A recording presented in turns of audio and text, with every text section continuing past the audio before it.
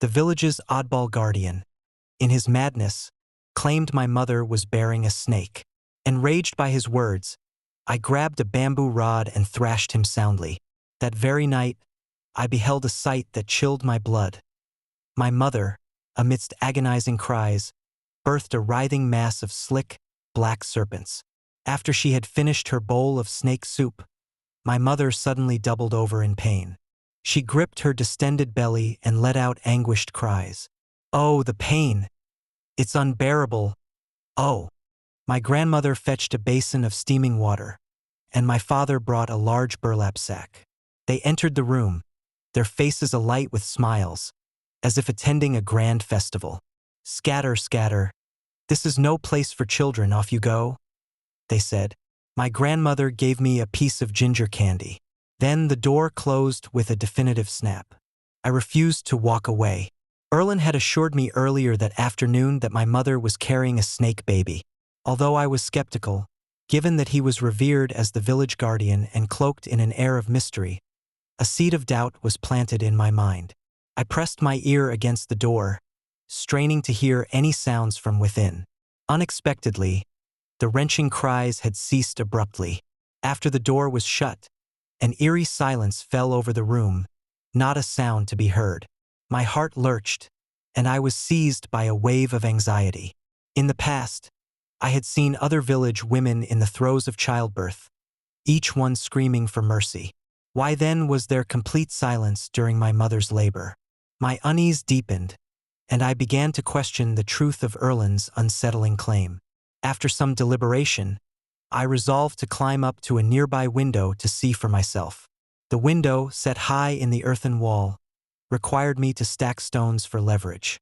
Carefully, I climbed until I was half hanging out of the window. Peering inside, my worries melted away. My mother lay comfortably on the bed, covered with a thick quilt, delicately nibbling from a bowl. My grandmother gently dabbed her forehead with a towel, while my father sat close by, softly consoling her. The tranquil scene inside washed away my fears, but then a surge of anger at having been duped took hold. I felt a deep embarrassment and frustration at having allowed Erlen's fabrications to cloud my judgment, and I couldn't help but mutter curses under my breath. All because of that damned Erlen. Just as I was about to go and teach Erlen another lesson, something caught my eye. My mother suddenly lifted the quilt that had been draped over her. The scene beneath it was so shocking I nearly fell from the window. Beneath her smooth, bare legs was a writhing nest of slick black snakes, their bodies twisting wildly, their scales glossy with a mix of thick blood and amniotic fluid. They slithered and twisted on the sheets, leaving damp, elongated trails. It's born, it's born. My father's voice rang out in jubilant exclamations. Like a prospector unearthing gold, he adeptly snatched up the little snakes, stuffing them one after another into the burlap sack he clutched. My grandmother couldn't hide her delight, beaming and giving my mother a thumbs up. Aru, you are our family's great heroine. The tableau was grotesque and surreal. Trembling, I clambered down from the windowsill, my blood seemingly turned to ice, every hair on my body standing erect. What on earth was happening? How on earth could a human birth snakes? Why did they not show a trace of fear? Dazed, I stood paralyzed in the courtyard. My once familiar kin now appeared profoundly alien and sinister. It took a long while, but I finally managed to collect my thoughts. I needed to find Erlen. Erlen must know something. Driven by a desperate need to escape this nightmarish reality, I found my legs unsteady as noodles, causing me to trip over a rock in my path. The coarse sand grazed my skin, sending sharp pains shooting up from my knees, causing me to grit my teeth in pain. Hobbling, I made my way towards the gate, nursing my injured leg. Ah Guang, where are you off to at this late hour? The unexpected voice behind me made my skin crawl. I spun around to find that the door behind had silently swung open. My father loomed in the doorway, an immovable presence, his gaze piercing me. The intensity of his stare sent shivers down my spine, and I struggled to keep my voice from quivering as I faltered. I was just heading to fetch a steamed bun from the kitchen. With that, I veered sharply towards the shadowed kitchen. Eager to avoid further interrogation, I hastily shifted the conversation. "How's Mom doing?" There was something off about my father's demeanor. His voice rose sharply, as if veiling something. "Why do you need to know? Your mother's not feeling well. Steer clear of her for now." He delivered these words with a detached coldness. Under the weight of his unnerving scrutiny, I edged into the kitchen. I stealthily monitored him from the corner of my eye and was startled to find him following me silently. My heart thudded violently. Acutely aware of his scorching gaze behind me, I obediently approached the stove, grabbed a steamed bun, and quickly crammed it into my mouth. I gnawed on the dry bun voraciously, nearly choking myself. It was only when the oppressive feeling of being watched lifted that I cautiously looked up, saw no sign of my father, and swiftly shut the kitchen's dilapidated wooden door with a quiet snap. I let out a deep breath of relief. I suspected my father had once again gone to Aunt Sanhua's for a drink. He often brought guests home for drinks, and such occasions always reduced my mother to tears. I sighed and leaned back against the door, finding some comfort in its sturdy wood and the confined space. Thankfully, I had managed to bluff my way through. Gradually, I allowed my facade to fall away, my body collapsing limply onto the floor. Suddenly, a sharp pain jabbed at my waist. "Ah!" I yelped. In a panic, I yanked a ghastly snake head from behind my back. The icy, slimy feel of it horrified me so much that I hurled it away instantly. It landed with a thud under the window. Beneath the ghostly moonlight, the snake's cold, aloof vertical pupils glimmered unnaturally. Remembering the grisly sight of it being skinned and dissected that afternoon, goosebumps sprang up all over my arms. I rubbed them repeatedly. The dry, coarse texture left me dazed. I crawled to retrieve the snake head from the floor, examining its scales up close. After a moment, I lowered my head, my hands trembling as I rolled up my long sleeves. In the dim moonlight, my arms were covered in patchy, gray-white scales, densely packed like those of a reptile. Overwhelmed by the revelation, I let out a scream of despair, curling up in agony in the corner. "These are undoubtedly snake scales." My father described them as merely a skin condition. He assured me that when I was older, they would take me to a major city for treatment. Yet, it's this very affliction that has led the whole village to persecute me. In a community sustained by snake catching, a person adorned with snake scales is regarded as an ill omen, a curse, a portent of disaster that threatens to bring calamity to all. Ever since my scales were accidentally exposed in front of strangers, I've been reviled like a rat crossing the street. The moment I step outside, I'm met with a volley of stones and sticks, driving me to seclusion in dark, lonely quarters. Haunted by years of such injustice, I furiously tore at the scales on my arm, ripping the skin until it bled profusely. The sharp pain jerked me back to reality. Breathing heavily, I slowly steadied my emotions. Regardless, my immediate goal was to find Erlen. Under the veil of the dim night, I cautiously approached Erlen's home. Despite being the village guardian, Erlen was shunned due to his simplicity, and in our mutual ostracization we found solidarity. Bang, bang, bang. "Erlen, Erlen."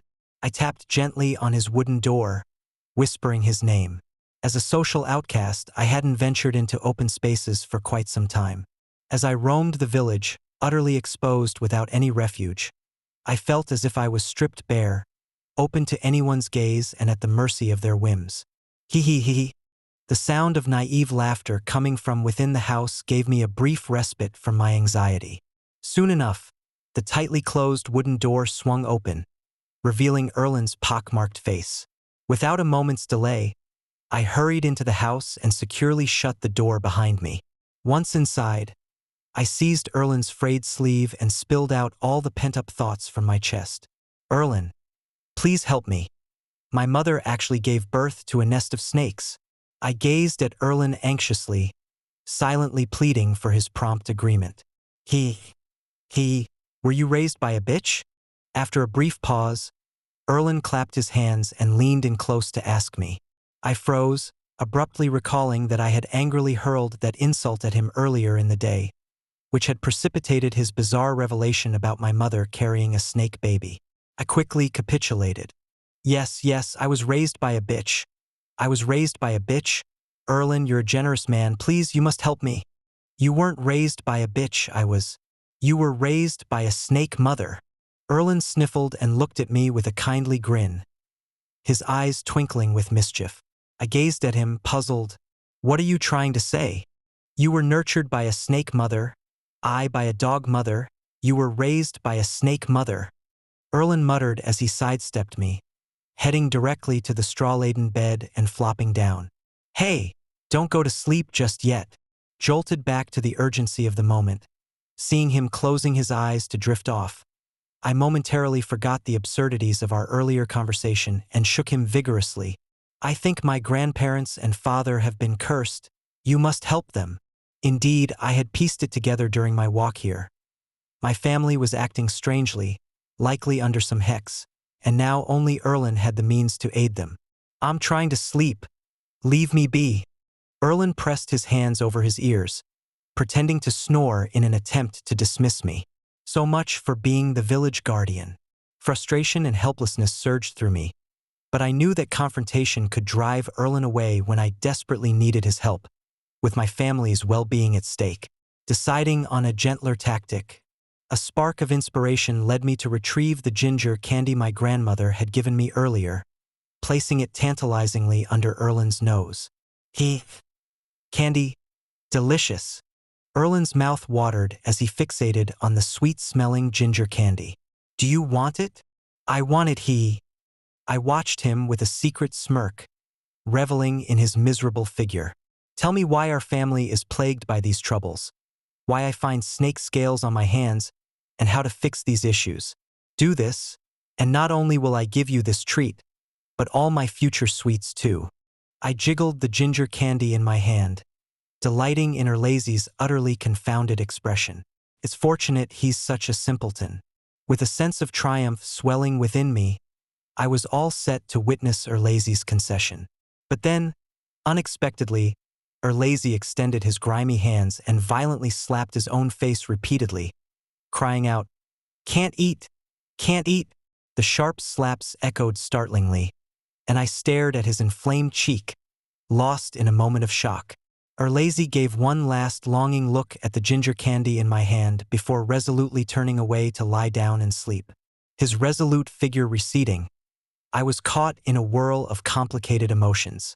An old prophecy echoed in my mind, one whispered throughout the village. The guardian is meant to shield the village from calamities. Should this sentinel remain silent on matters sought by visitors, revealing nothing, it is a sign that the issue is too profound for words, perhaps even beyond the guardian's capacity to remedy. Frozen in place for a long while, I eventually left the ginger candy on the ground and, with a waning spirit, departed from Erlazy's dwelling. Stepping outside, I meandered through the village streets, too wary to head home, my steps leading nowhere in particular. Off in the distance, the massive mountains stretched across the horizon, a dark, unending expanse. Erlazy's dwelling lies on the village's fringe, and almost without realizing, I found myself at the forest's threshold. Giant trees flanked the entrance, their branches stirring without a breeze as if a lurking beast, eager to ensnare wandering lambs, lay in wait with jaws wide open. I paused, my steps uncertain. Suddenly, a coolness touched my forehead. Something had dripped onto it. On edge, I reacted like a startled cat, leaping up with a scream. Only when heavy raindrops began to batter me did I acknowledge the rain's onset. Shaken, I discarded my fears and dashed towards home. The rain, dense and relentless, drenched me through, blurring my sight with its veil and the dark of night.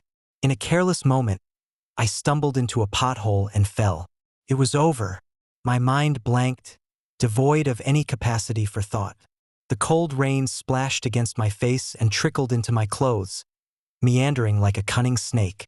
An intense burning and itching crawled up my arms, contorting my face in agony as I scratched wildly at the skin. These accursed snake scales, when touched by rainwater, seemed to teem with countless insects. They squirmed and gnawed relentlessly, as if determined to pierce through the skin.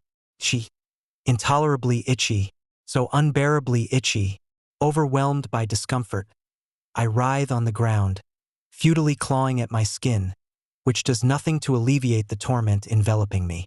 Upon seeing the sharp, rugged sand below, as if enchanted, I extend my arm and frantically scour it across the sandy terrain. The incessant rain strips the sand and grime from my arms and the fresh blood from the earth. My arm, already smeared with blood, is now utterly ravaged. Yet I continue to manically drag it across the ground. Aguang, Aguang. A deep, gravelly call from Grandma resonates from afar. Aguang.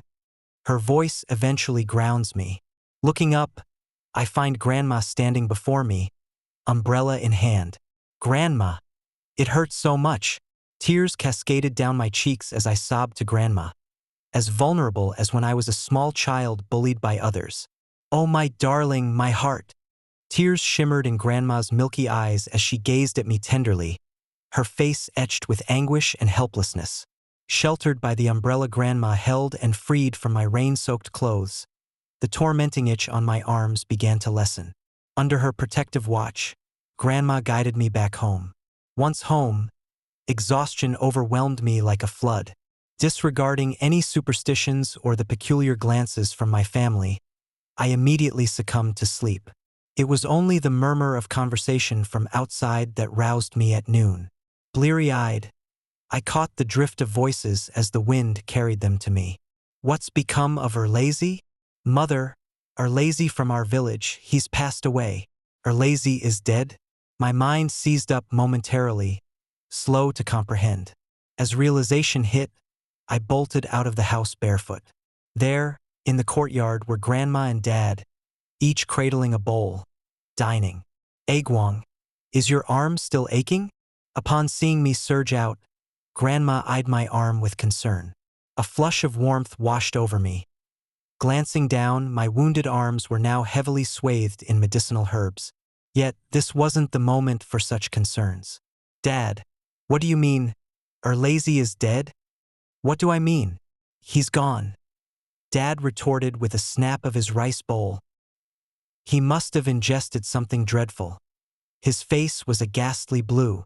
After his words fell, he nonchalantly placed the bowl back on the table, seized the sack beside him, and strode out the door. Poisoned to death? I remained rooted to the spot, a sudden shiver coursing through me. No, I must see this for myself. He was perfectly well just last night. How could he now be dead? Ignoring my grandmother's protests, I bolted from the courtyard and made a beeline for Erlazy's home. The area around Erlazy's home was now bustling with activity. With the fear of being chased off by stone-throwing villagers, I cautiously hugged the walls as I moved.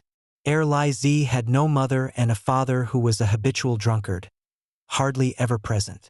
Now, even the somber duty of collecting his body was left to a few of the village's strongest men. I took refuge behind a large tree at the corner of the wall and soon watched several men carry Erlazy out. On the wooden board, Erlazy's visage was grotesquely distorted, his lips a deathly black. Clutching his stomach, his body was curled tightly, as if racked by immense pain in his final moments.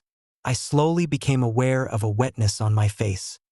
Touching it, I discovered my cheeks were wet with tears. I stood there numbly as they carried Erlazy's body away. It was only after the crowd dispersed that I dared to leave my hiding spot and aimlessly entered Erlazy's house. My spirit shattered. He was alive just last night. How could he have vanished today? I surveyed the familiar room mournfully, half expecting at any moment to see Erlazy appear, sniffling and unsteady, his usual foolish chuckle escaping his lips, forever amused by some private joke. But no such relief came, only an oppressive silence that filled the space with dread. Suddenly, Erlazy's bed stirred slightly. I raised my eyes in alarm and saw a black and white snake slither out from beneath the straw, its blood-red tongue lazily flicking as it crept away, soon disappearing from sight, leaving behind nothing but a dark, smeared mark. This graffiti was our secret code, a way for Erlazy and me to communicate. Trembling, I walked toward the straw pile and swept aside the straw. Two simplistic doodles, like those scribbled by children, came into view. Recognizing the drawings, I wept bitterly. I'm sorry, Erlizy. I'm sorry. It was my doing that you died. Overwhelmed with grief, I exited Erlizy's home, only to be met by a group of older children. He's the Jinx. They say his skin is like that of a snake. Erlizy was his friend. Perhaps his death was due to him. Confronted with disdainful stares and spiteful murmurs, I refrained from the anger I usually might have shown. Instead, I huddled close to the wall, moving like a rat that avoids the light. Crack, a stone, the size of an egg, zipped towards me, skimming my scalp before landing nearby. Maybe my rare show of vulnerability stirred their basest instincts, or perhaps they saw me as the villain preventing their gallant attempt to safeguard the village.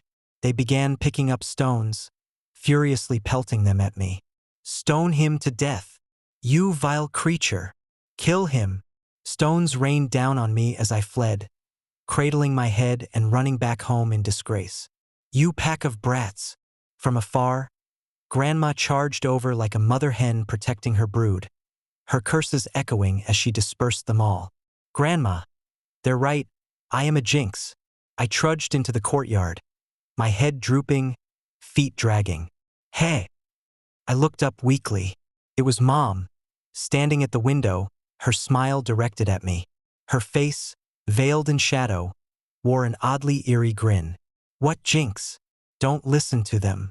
Agwong is a lucky star, our family's lucky star. With those words, Grandma shot a stern look at Mom before turning back to me, subtly slipping an egg into my hand. I hesitated, not taking it immediately. Eat, eat. Seeing my reluctance, she whispered encouragingly. Truth be told, I hadn't eaten since I woke up, and my stomach had been clamoring for a while. I was genuinely hungry. After a brief hesitation, I took the egg. Upon seeing this, Grandma's face broke into a contented smile, her wrinkles smoothing over. The egg was still warm, its faint warmth gradually dispelling the unrest and fear in my heart. I casually peeled the egg and gobbled it down in a few bites.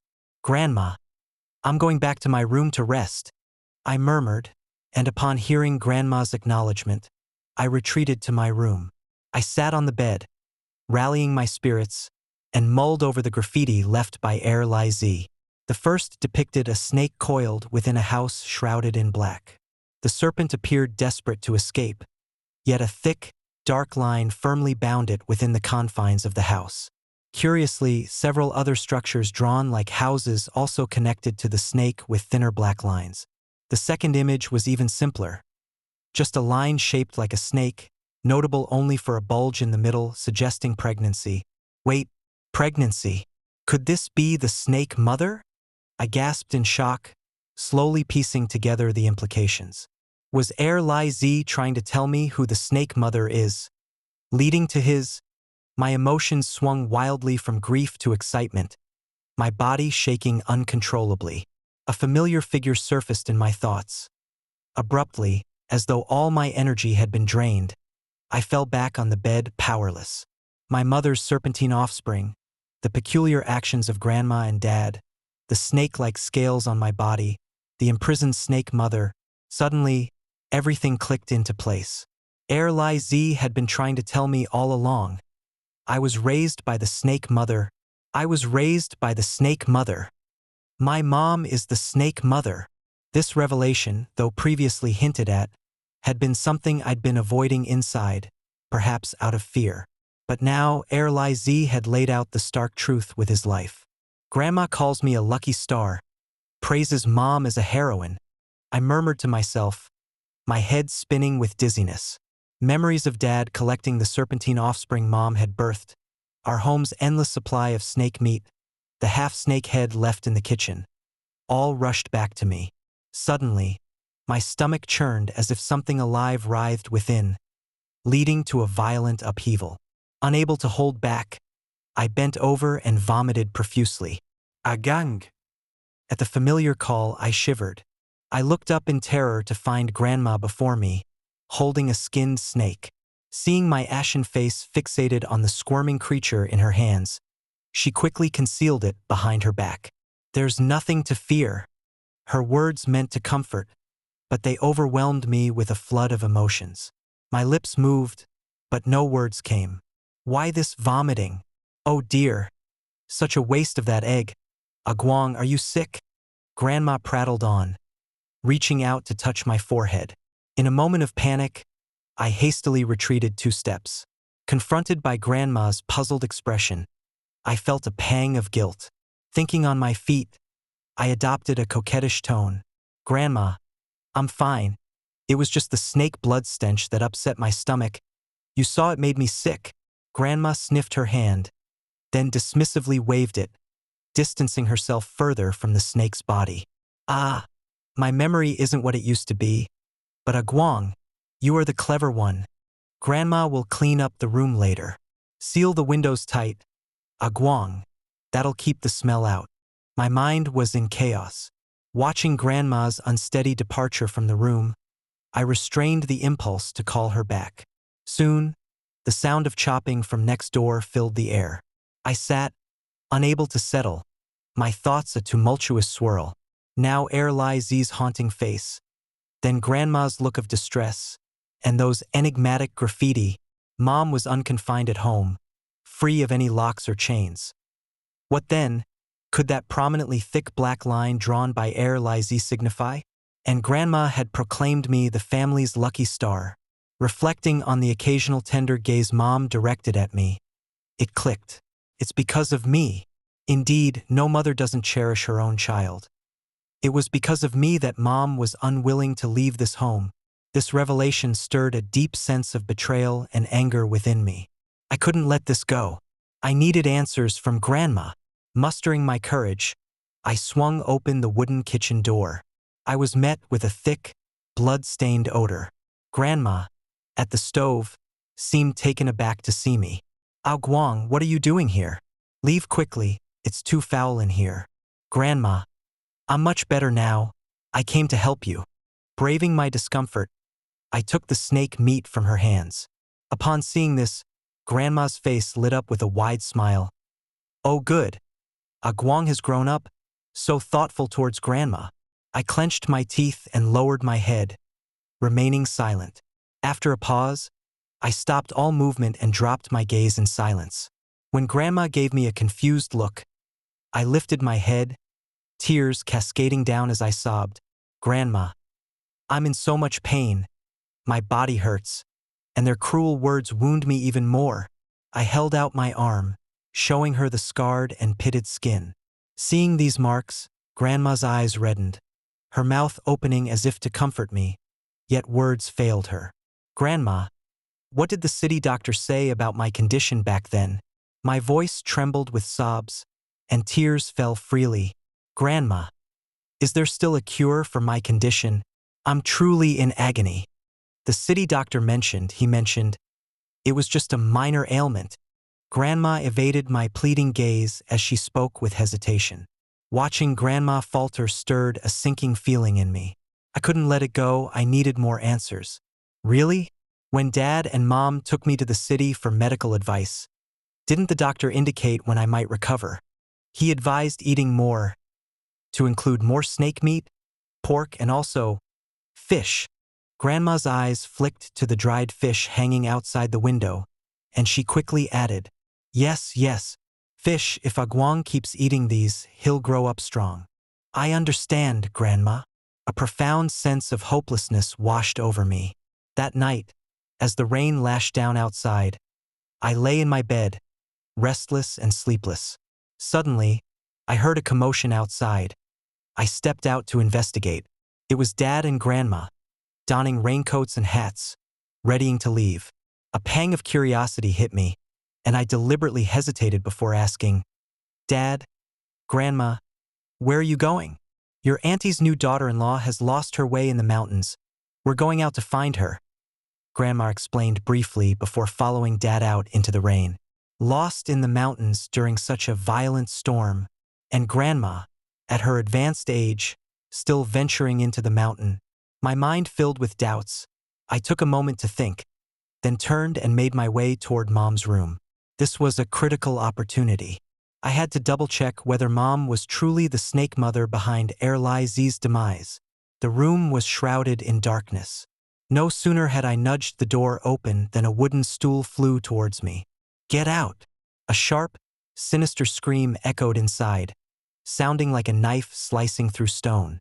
I narrowly evaded the stool, my face draining of color as I turned to look at Mom in the corner, her hair wildly unkempt. "Montag." "Mom," I managed, my voice shaky and legs quivering. I had always been aware of Mom's complex feelings towards me. At times, her gaze was soft and tender. At others, she seemed to despise me to the point of violence, once choking me so fiercely that I would have died had Grandma not intervened. Since that incident, fear of her had settled deep in my bones, and I rarely ventured near her. Mom swept the hair from her face, seemingly recognizing for the first time that I was her son. She didn't speak but kept her eyes fixed on me, a familiar hoarse rasping issuing from her throat. "Mom!" I steadied myself, swallowed my fear, and moved closer to hand her a bundle with freshly made steamed cornbread cakes. "You should run." Caught off guard, Mom paused, her glance filled with surprise, a complex look flickering across her emaciated, pallid face. She snatched the bundle from my hands with ferocity, then unexpectedly hoisted it high and contemptuously slammed it to the ground. The cornbread cakes rolled across the filthy floor, eventually stopping at my feet. Boom! Thunder cracked loudly overhead, lightning tearing through the night sky. In the harsh flash of white light, Mom's contorted face appeared ghostly, as if a demon had crawled out of the depths. "Mom!" I uttered, my voice trembling, legs shaking uncontrollably from fear. "How can I run?" She gripped my collar and yelled hoarsely, "I need to live to see it, to witness you. This omen of doom, this monster, bring destruction and fire to this village. I must live to see it retaliate against you evil people. You will all face dreadful ends. I curse you, none of you shall die well." As she spoke, she erupted into a harrowing, maniacal laugh, her grimy face dripping, blurred whether by tears or rain, her eyes blazing with unwavering resolve, propelled by some profound belief. "Stop it, you mad woman!" From a distance, Grandma's anxious voice rang out.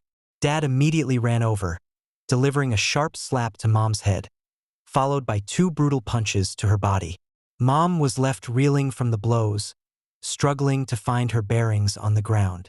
"Stop, please stop, Dad, no more." I held onto Dad's hand, trying to pull him away from Mom. "Ao Guang, come here." Grandma, breathless, tried to pull me away. I slipped out of her grasp, blocking Dad's path. "Damn ungrateful." Dad spat at me before turning and walking back inside. I attempted to help Mom up, but she rejected me with a look of revulsion. With a heavy heart, I watched as she staggered back into the house. "Why bother with her?" Grandma murmured as she wiped my face clean with a towel. I lowered my gaze, eyeing the seemingly gentle old woman before me critically. She continued to mutter under her breath, busily dusting the dirt and mud from my clothes. "Grandma, why did you deceive me? She's just crazy, you need to stay away from her. Did you hear me?" Grandma pinched my ear, only smiling contentedly when I nodded. "She can't be allowed to harm you. Grandma needs you to look after her." "Grandma, did they find Auntie Ma's new daughter-in-law?" I changed the subject abruptly, only to see Grandma's face freeze. "They couldn't find her. Maybe she was taken by the wolves in the mountains." Grandma's face hardened, her eyes betraying a mix of deep concern and fear. "Grandma, if they have a new daughter-in-law, what happened to the old one?" "Old daughter-in-law?" Grandma's expression became oddly distorted. "The old daughter-in-law met an early demise, succumbed to illness quite young. Her name was something like Fong." Grandma yawned and slowly drifted back inside. As I was about to shut the door, I noticed Dad stealthily slipping out with a sack. Where was he headed in the dead of night? After a moment's contemplation, I followed him on tiptoes. A recent downpour had turned the country road into a quagmire. I followed him out of the village and into the dense mountains. Resolutely, I pressed on after him. Dad chose paths that veered into the most secluded parts of the forest. After a lengthy trek, I finally saw him pause in front of a decrepit wooden shed. I didn't dare get closer, hiding in a tree dense with foliage until I saw Dad depart. After waiting a while to confirm Dad had moved on, I crept into the shed. The moment I opened the door, a pungent, earthy stench assaulted me, causing me to gag. Inside the shed, I found matches and candles, which I lit. The flickering candlelight allowed me to scrutinize the interior. In the center lay several large boxes, topped with heavy planks, from beneath which came relentless thumping sounds. Thump, thump, thump. It seemed as though someone was hidden inside. This chilling thought jolted me, bringing to mind Aunt Maisie's new daughter-in-law. Hesitant, I tiptoed closer and nudged a wooden plank aside. A dark shadow loomed. In an instant, a massive snake head darted out, fangs bared and aimed at me. Ah! Terrified, I tumbled backward with a thud, landing squarely on my backside. Thankfully, the plank was so weighty that I had only created a slim fissure, not wide enough for the fearsome snake to escape. Yet, in that moment, I felt no trace of relief, only an enveloping, icy dread, because a sudden realization hit me. It seemed my mother had been pregnant more than once. After coming down from the mountain, I had fallen ill for 2 days. I felt a deep lethargy permeating every fiber of my being, leaving me devoid of strength. Lying in bed, I watched with a numb gaze as a cluster of sparrows cavorted outside the window. Suddenly, a torrent of mournful cries shocked the sparrows into a frenzied flight. Woo woo woo. I need my father. Woo woo. Woo woo woo. Grandpa. Outside, a procession of mourners, adorned in hemp and wearing filial tokens, carried several coffins across our yard. Grandma. What's happening to them? Watching Grandma's somber entrance, I propped myself up. However, Grandma, instead of responding, simply cautioned, "Ensure the courtyard gate remains locked these days, and do not open it for anyone unless Grandma calls for you. Understood?" Grandma's earnest tone compelled a nod from me. "I'll heed your advice, Grandma. I'm going to check if there's any way I can assist." As I watched Grandma's figure gradually vanish, I got up and wandered out into the courtyard. I halted at a window. The words Mother had uttered on that stormy night still echoed in my mind. Hee hee. A ghastly, sallow face appeared at the window. Gazing into those vengeful eyes, self-deception was no longer an option. Mother wasn't anchored here because of me. She roamed freely, her heart laden with profound animosity toward all of us in the village, fueled by the conviction that he would someday exact our revenge. Thus, it seemed Mother might not be the fettered snake mother. "Mother, you mentioned that he would seek vengeance upon us." I swallowed hard, anxiety tightening its grip. "Who is he?" Mother cast a peculiar glance at me and smiled. Just when I believed she might withhold her secrets, she spoke ominously. "That beast caught a snake while I was carrying you." Her label for Dad as a beast weighed heavily on me. That snake was unusual, with 2 lumps on its head and carrying young. I had secretly set it free, yet that beast brought it back. Upon hearing about the progeny, my complexion drained of color. That beast, drunk, pinned my head down and forced me to consume that snake raw. Ah, so much blood, it tried terribly. Mother's laughter was unhinged as she drew near my ear and whispered darkly, "I consumed it, birthed a brood of snakelets, and you all partook as well. Ha ha ha ha ha ha ha. Thus, it will undoubtedly return to exact its revenge upon you." My face blanched, and just as I opened my mouth to respond, a thunderous crash echoed. The securely closed courtyard door was violently thrust open. I whipped around in alarm to see a throng wielding hoes, sticks, and iron rakes storm into my home. "This is the monster. He is the scourge of our village." They closed in tightly, their gazes laden with disgust, viewing me as if I were debris jammed in a filthy drain, filled with loathing and detest. "What do you intend to do?" Trapped, I recoiled into a corner, gazing helplessly at them, my mind in turmoil. I was securely tied up by the crazed villagers with ropes and hauled to the village's grain-drying square. The gathering villagers rapidly constructed a crude pyre from branches and straw. I was forced into the center of the woodpile. "I don't want this. Don't burn me alive." I attempted to flee from the woodpile but was met with a flurry of both long and short sticks and hoes. Stumbling, I collapsed back into the center of the pile, looking around in sheer desperation. The villagers, many intertwined by family ties, showed faces of madness, anger, or detachment. Among them, I noticed my father, his head bowed, blending into the crowd, utterly mute. "Burn him alive! Burn this abominable creature!" Nervously, my hands clenched, sweaty and overheated. An elderly man with a grizzled white beard stepped forward. As the senior uncle of our village, he held his torch high, his features grotesquely twisted by the flickering flames. Dark red sparks jumped from the vibrant fire, gradually nearing the straw at my feet. "Wait! Wait!" Grandma cried out, clutching at her waist as she hurried toward us. She fixed a fierce stare on the villagers around her. "Remember your wives, and consider how these children came into the world," she bellowed, pointing at the children who were yelling the loudest. "Aunt Sanhua, we all know this, but your grandson is a curse upon our village." Uncle San stepped forward, his voice laden with sorrow. "Er Lai Zi, our village's guardian, is dead, and Maisie's family has lost 3, leaving just 2 young ones. Tell me, with this harbinger of misfortune causing so much suffering, how can we continue to live if we don't burn him?" His words grew more impassioned, stirring the villagers behind him into a renewed uproar.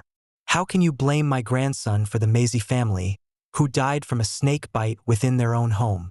Perhaps it was divine retribution for their own sins." Grandma shouted defiantly, and in a swift motion, she knocked the torch from Uncle San's hand. It was unclear which comment hit home, but suddenly many faces around us turned pale. "I, Chan Sanhua, have labored endlessly, securing wives for you from near and far, all to ensure your lineage persists. And now, you turn on us, seeking to extinguish the lone survivor of our family," she cried, her voice escalating to a piercing wail. "Oh heavens, how is this just?" A voice from the crowd retorted defiantly, "Don't paint it so nobly. We purchased those wives with hard cash, and you've profited handsomely. You heartless people." "Grandma!" My anxiety peaked as I watched Grandma charge towards the individual who had spoken, grappling with them. "Stop this!" Uncle San drew near to Grandma, declaring loudly, "What about Er Lai Zi? He was the one closest to your disastrous grandson, and he wasn't killed by a snake bite. That was impossible." My eyes widened in disbelief. I had distinctly seen a venomous snake slither from Er Lai Zi's bed. "He wasn't." Grandma adjusted her clothing, her voice calm and firm. "I was the one who poisoned him. How could that be?" Boom! It was as though something in my psyche had suddenly crumbled. I remembered the umbrella Grandma had used that night. That very umbrella I had seen at Er Lai Zi's house. "You're lying," Uncle San countered loudly. "You must be trying to shield this curse." The scene descended into pandemonium, with the clamor for my death growing louder, and even Grandma was shoved aside. Suddenly, a series of urgent, intense horn sounds echoed from afar. A convoy of police cars snaked up the mountain road. Later, our entire family was taken away in police vehicles. The police liberated several women confined within the village and excavated a myriad of bones from the village's burial hill. When I saw Grandma again, it was through the glass of the prison visitation room.